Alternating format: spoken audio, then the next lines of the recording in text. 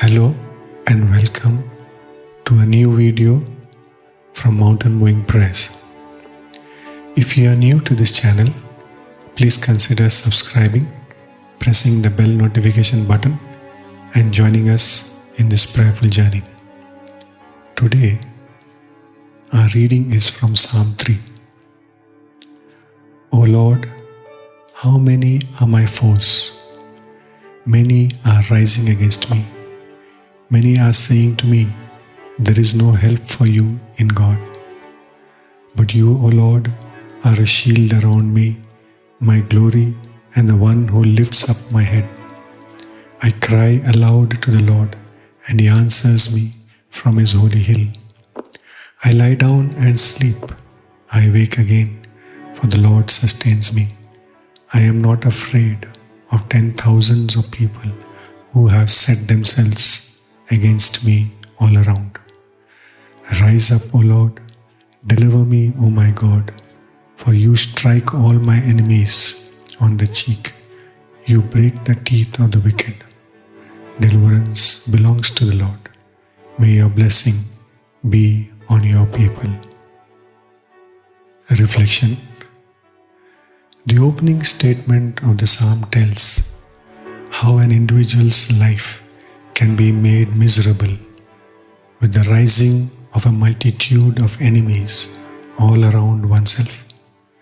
But what makes this reality a most miserable one is when the enemy is within the house itself. We know that a house that is divided against itself cannot stand. But what if the house is divided against truth? The destruction is imminent. A look at the background of the psalm tells us that it was written by a father who was under attack from his own son. A son who was supposed to be the strength of the father has now become a bitter opponent. A son who was supposed to uphold the honor of the family and maintain the dignity of his bloodline was here, ready to shed his own blood of life and ancestry just for the sake of revenge and retribution. It is not without a good reason that it is said, blood is thicker than water. But now here, in this incident, quite contrary to basic human values and moral behavior, the son sees in the father's blood a most wretched and malicious thing that has no other option but to be let out into the ground in a campaign of rage and fury. We know that the scripture is living and active. It is certainly not a history book. Therefore, this error that was present in that family can also, unfortunately, be found in families even today. In a family where a man, as the head of the family, fails to enthrone God and the divine teaching as the Lord of the household, it can be seen how that family grapples with one misery after another. And wherever a woman who fails to give first priority to the way of the Lord as a co-head and co-worker in the family also opens the door and makes way for spiritual death by blocking God's grace and power from entering into the family. It is an agreed fact that everything operates according to law. The law doesn't care for our emotions and feelings. It is therefore unwise to get upset and angry at the obvious judgments that follow when a law is transgressed. For example, you cannot be raging with anger and hatred in your heart and mind and expect peace to reign in your blood vessels and blood pressure. Can you? Indeed, we are living in a season of grace, but that does not nullify the law. Does it nullify the law of gravitation or the law of sowing and reaping? Certainly not. For grace fulfills the law. Therefore, grace brings us under greater responsibility. Let us not mistake the carnal rest and peace promised by the flesh and his ministers as the rest of Christ. In fact, such a rest is not entering the rest of Christ, but it is actually entering into the highest form of irresponsibility. Christ came, Christ lived, and Christ taught. What kind of responsibility a child of God is supposed to take? Of course, a child of God taking responsibility indicates maturity and is therefore well-pleasing to God. But in this case, it is not all about pleasing God, but to please oneself.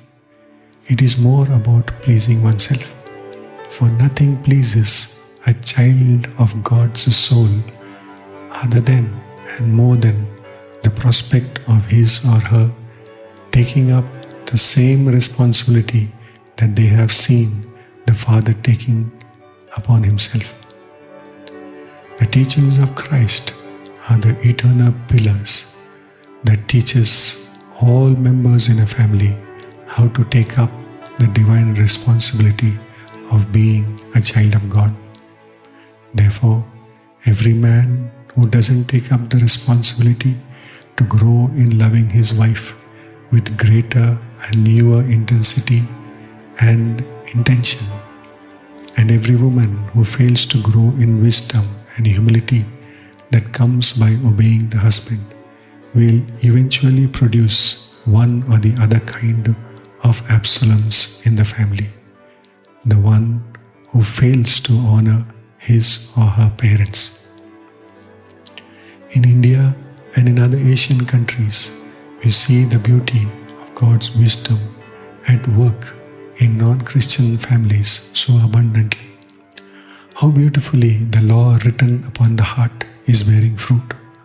How well the members of a family value and live in the fear of God. But when that same law is left in the hands of man, see what corruption he produces. Look around yourself and see how much conspiracy has gone into play for removing the fear of God from Christian homes and lives. It is not some atheist who has done this. The enemy is within.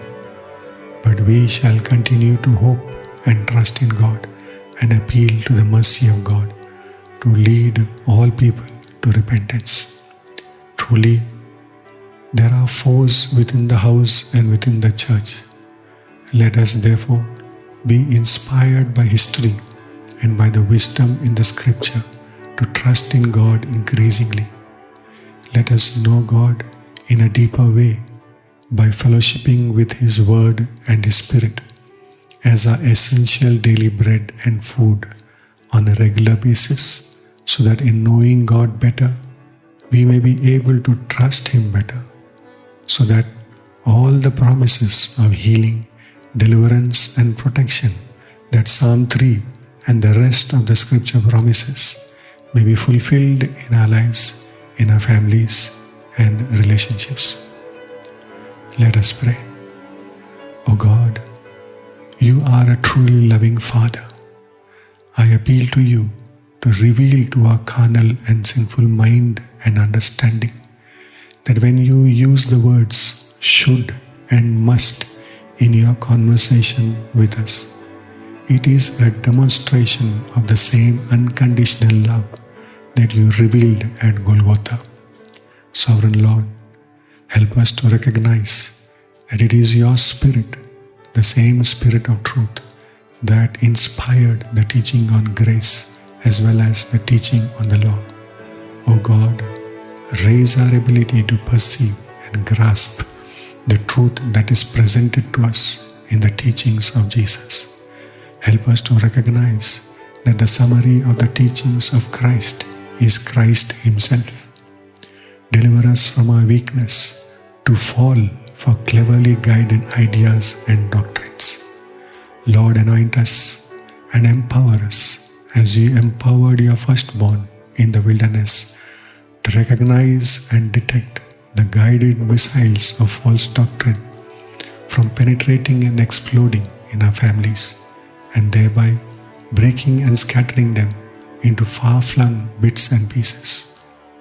O God, our healer, heal our minds, heal our brains and rewire them so that we may learn not according to false doctrines but according to your truth about what needs to be given the first priority in all our choices and decisions.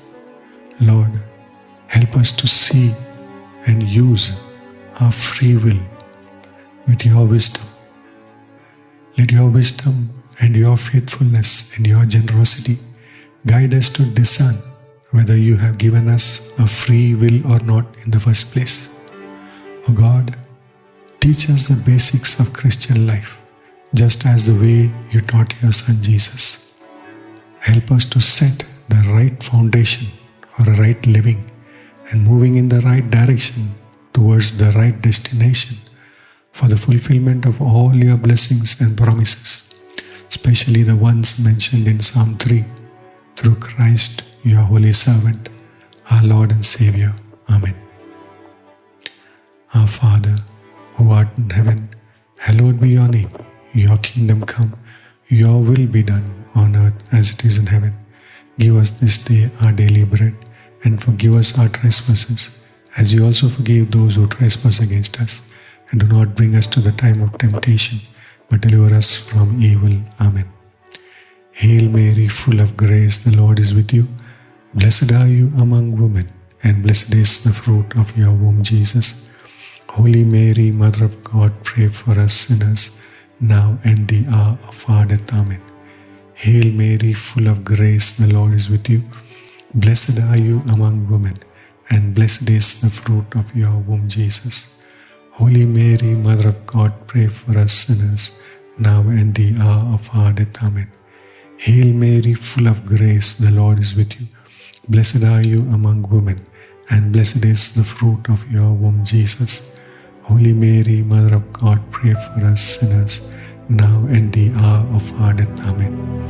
All glory be to the Father, and to the Son, and to the Holy Spirit, as it was in the beginning, is now, and ever shall be, world without end. Amen. Peace be with you.